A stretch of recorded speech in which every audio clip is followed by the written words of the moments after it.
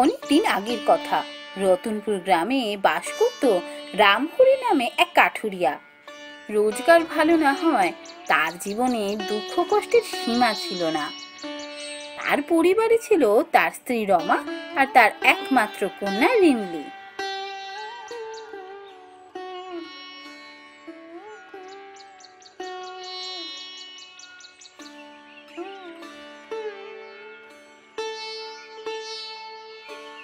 তুমি এবার বেরোচ্ছ বুঝি? হ্যাঁ, এবার বেরোই। আর দেরি করলে তো বেলা হয়ে যাবে না। হ্যাঁ হ্যাঁ, তাই তো। তবে ফেরার সময় না রিমলির ওষুধগুলো নিয়ে এসো। রিমলির সব ওষুধ শেষ হয়ে গেছে। ওষুধ? আচ্ছা, ঠিক আছে। আমি নিয়ে আসবো ওষুধ। ঠিক আছে, আজকে কাঠ বেচে যে টাকা পাবো তাতেই আমি রিমির জন্য ওষুধ নিয়ে আসবো। তুমি কিছু চিন্তা করো না।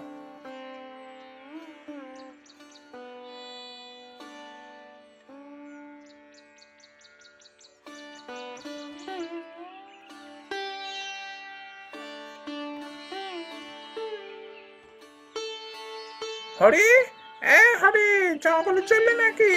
দাঁড়া দাঁড়া, একসাথে যাব। ও রামু, আয় আয়, চ একসাথে যাই, দেরি হয়ে যাচ্ছে।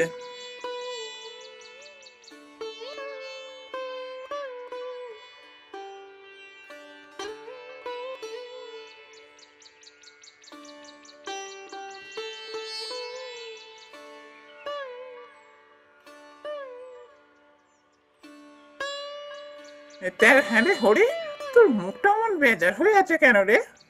কি আর হবে, কিছুই হয়নি।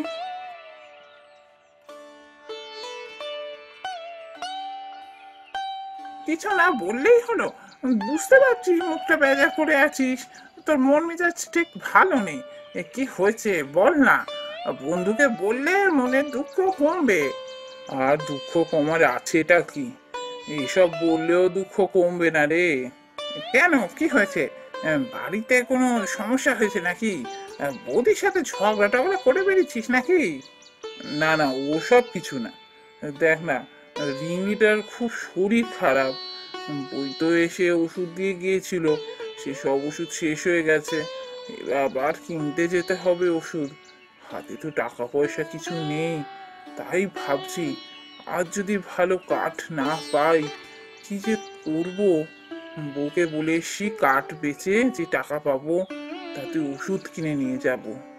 তাই ভাবছি কি যে করি। তুই এত চিন্তা করিস না, চলে না জঙ্গলে গিয়ে দেখি, ভালো কাঠ পেলেও তো পেতে পারি। তার পাচ্ছি কোথায় বল? সে আশাতে তো প্রতিদিনই জঙ্গলে যাচ্ছি, কিন্তু জঙ্গলে ভালো কাঠ তো আর পাই না। তা তুই ঠিকই বলেছিস, প্রতিদিন কত আশা নিয়ে জঙ্গলে যাই, ভালো কাঠ পাবো, সেই কাঠ বেচে ভালো টাকা হাতে আসবে। কিন্তু কোথায় কি, কিছুই হয় না। রোজই প্রায় খালি হাতে বাড়ি ফিরছি। জানিস তো, মাঝে মাঝে ভাবি, এই সব জঙ্গলে না গিয়ে যদি অনেক দূরে কোনো জঙ্গলে যাই, সেখানে গেলে কি ভালো কাঠ পাবো?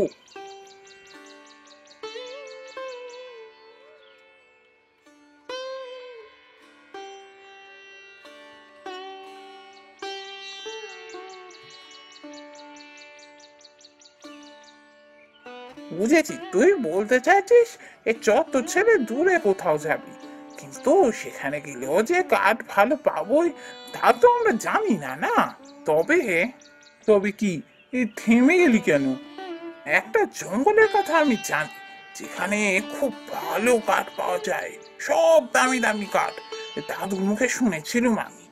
সে কি রে, কি বলছিস? তুই জানিস এমন জঙ্গলের কথা? এতদিন বলিসনি কেন? চ চ, সেই জঙ্গলে যাই, সেই জঙ্গল থেকেই কাঠ কেটে আনবো, সে যত দূরেই হোক।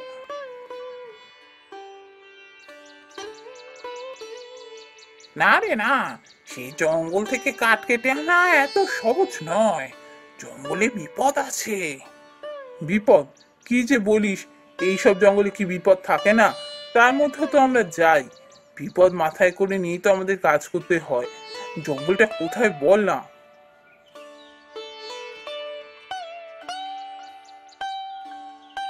না রে না, এ বিপদ সে বিপদ নয়।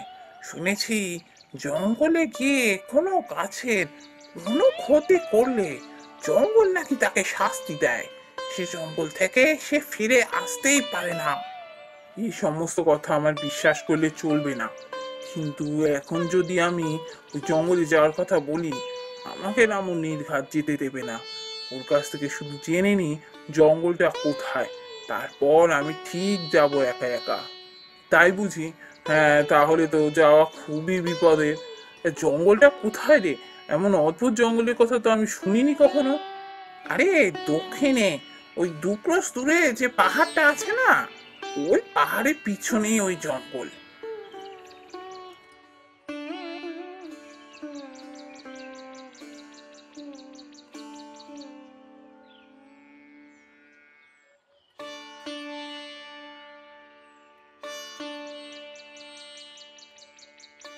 রামু, তুই বরং কাঠ নিয়ে বাজারের দিকে যা, আমি এদিকে এক সওদাগর বাবুর বাড়ি যাব, আমাকে যেতে বলেছিলেন।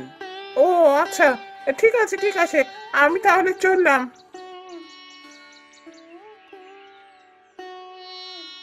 এই কাঠগুলো মাথায় করে নিয়ে যাওয়া খুব কষ্টের। এই কাঠগুলো ওই গাছের তলায় রেখে দিয়ে আমি সেই জঙ্গলে যাই। জঙ্গলে ভালো ভালো কাঠ পাবো, সেই কাঠ বেচে আজ অনেক টাকা পাবো। যাই, কাউকে কিচ্ছু জানানোর দরকার নেই।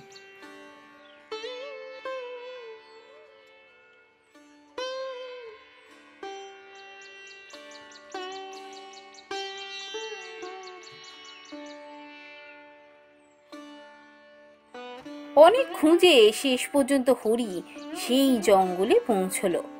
জঙ্গলে ঢুকে সে দেখে চারদিকে বড় বড় গাছ। তা দেখে হরির খুব আনন্দ হলো। কিন্তু জঙ্গলের যত ভিতরে ঢুকতে লাগলো, ততই হরির মনে হতে লাগলো এই জঙ্গলের গাছগুলো যেন তাকে ঠিক পছন্দ করছে না। এমন সময় কোথা থেকে একটা ডাল এসে পড়লো হরির সামনে। রামু ঠিকই বলেছিল, এই জঙ্গলটা খুব অদ্ভুত জঙ্গল। কেমন যেন ভয় ভয় করছে জঙ্গলটায়। গাছগুলো যেন আমাকে পছন্দ করছে না। না না, এসব আমার মনের ভুল, এরকম করলে চলবে না। আমাকে তাড়াতাড়ি গাছ কেটে নিয়ে যেতে হবে। কিন্তু বড় ক্লান্ত লাগছে, আমি বরং ওই বড় গাছটার নিচে একটু বসে বিশ্রাম নিয়ে নিই, তারপর কাজ শুরু করব।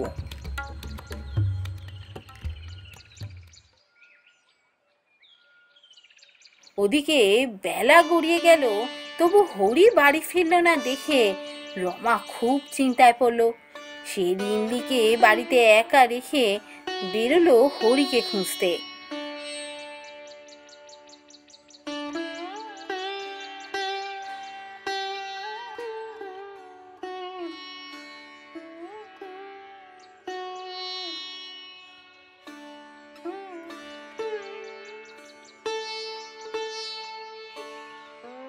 এখন আমি কোথায় খুঁজবো ওকে? কোন জঙ্গলে গেছে তাও তো আমি জানি না। বাজারের দিকটা গিয়ে দেখবো। হ্যাঁ হ্যাঁ, জঙ্গল থেকে এসে ও তো বাজারে যাবে কাঠ বেচতে। যাই, একবার বাজারের দিকটা গিয়ে দেখি। না না, বাজারে গিয়ে কি হবে? বাজার তো অনেকক্ষণ উঠে গেছে। যদি বাজারে গিয়ে থাকতো তাহলে তো এতক্ষণে বাড়ি চলে যাওয়ার কথা। আমি এখন কি করি? এক কাজ করি, রামুদার বাড়িতে যাই। রামুদাও তো মাঝে মাঝে ওর সাথে যায় জঙ্গলে কাঠ কাটতে। আজও একসাথে গিয়েছিল কিনা তো জানি না। যাই, গিয়ে একবার জিজ্ঞেস করে দেখি।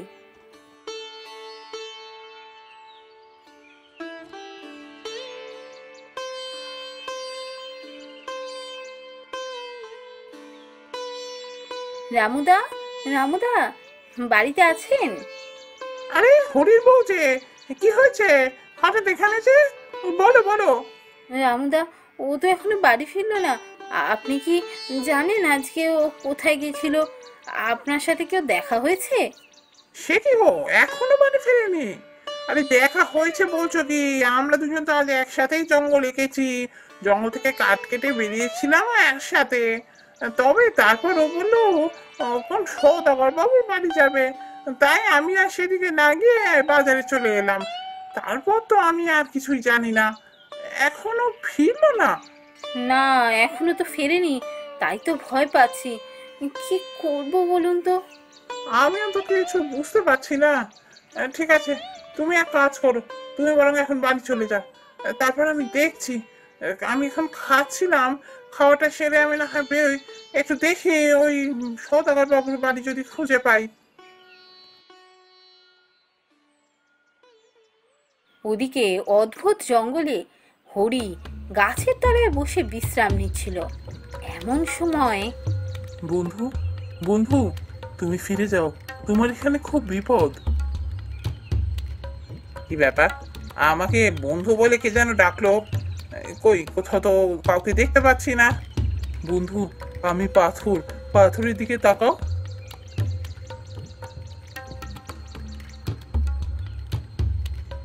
এ কি, এ কি অদ্ভুত জঙ্গল রে বাবা, পাথর কথা বলে! এই তো প্রথম দেখলাম। বন্ধু, আমি কোনো পাথর নই, আমি একজন মানুষ। এই জঙ্গল আমাকে পাথর বানিয়ে দিয়েছে। তুমি এখানে থাকলে তোমারও এমন কোনো বিপদ হতে পারে, তুমি এখান থেকে চলে যাও।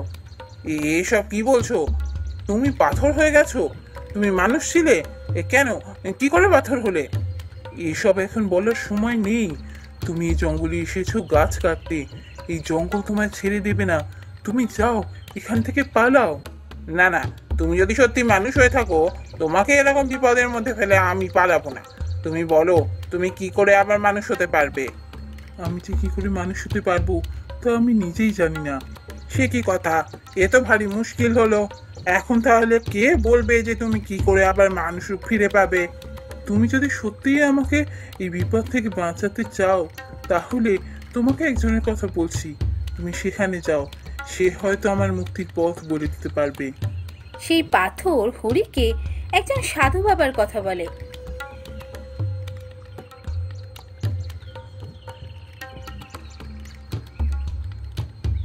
আর হরি সঙ্গে সঙ্গে সেই সাধু বাবার কাছে যায়।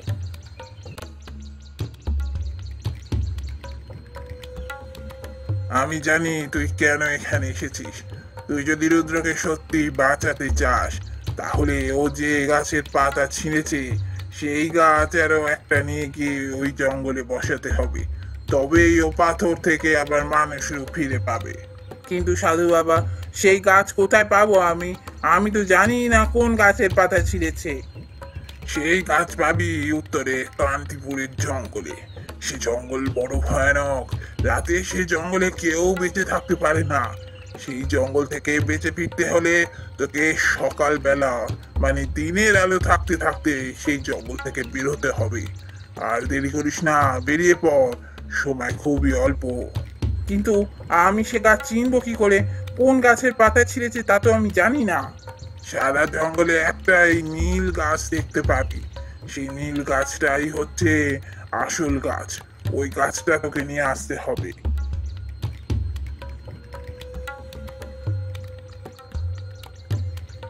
হরি সাধু বাবার কথা মতো কান্তিপুরের জঙ্গল থেকে নীল গাছ তুলে সেই অদ্ভুত জঙ্গলে নিয়ে গিয়ে বসালো।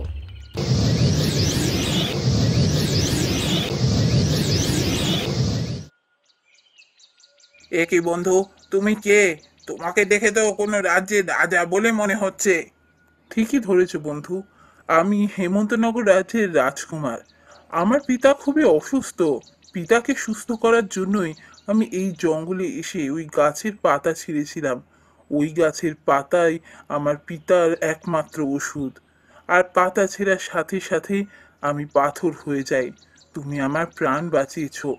এখন আমি এই পাতা নিয়ে রাজ্যে ফিরে আমার পিতার প্রাণ বাঁচাবো। চলো বন্ধু, আর দেরি করা ঠিক হবে না। আমি আমি কোথায় যাব? আমাকে তো গ্রামে ফিরতে হবে। আমার বাড়িতে আমার বউ আর মেয়ে আছে, তারা খুব চিন্তা করছে। বন্ধু, কিছুদিনের মধ্যেই পিতা আমাকে রাজ্যভার দিতে চান। আমি রাজ্যের রাজা হয়ে তোমাকেই আমার মন্ত্রী করব। বিপদের সময় তুমিই ছিলে আমার পাশে। তুমি না থাকলে না আমি বাঁচতে পারতাম, না আমার পিতা বাঁচতে পারতেন। তাই রাজা হয়ে তোমাকে আমি মন্ত্রী করব। চলো, তুমি আমার সাথে রাজবাড়িতে চলো, তোমার স্ত্রী আর কন্যাকে আনানোর ব্যবস্থা আমি করছি। কিন্তু হুজুর, আমি যে আজকে এত কিছু পেলাম, তার জন্য আমার এক বন্ধু দায়ী, আমি তাকে কি করে ভুলে যাই? বেশ তো, সেও রাজসভায় কোনো না কোনো পদে নিশ্চয়ই বহাল হবে, আমি তাকেও আনানোর ব্যবস্থা করব। তুমি কিছু চিন্তা করো না বন্ধু, চলো রাজবাড়িতে চলো। এর কিছুদিনের মধ্যেই হরি রাজ্যের মন্ত্রী হলো এবং তার স্ত্রী আর কন্যাকে নিয়ে সুখে শান্তিতে দিন কাটাতে লাগলো।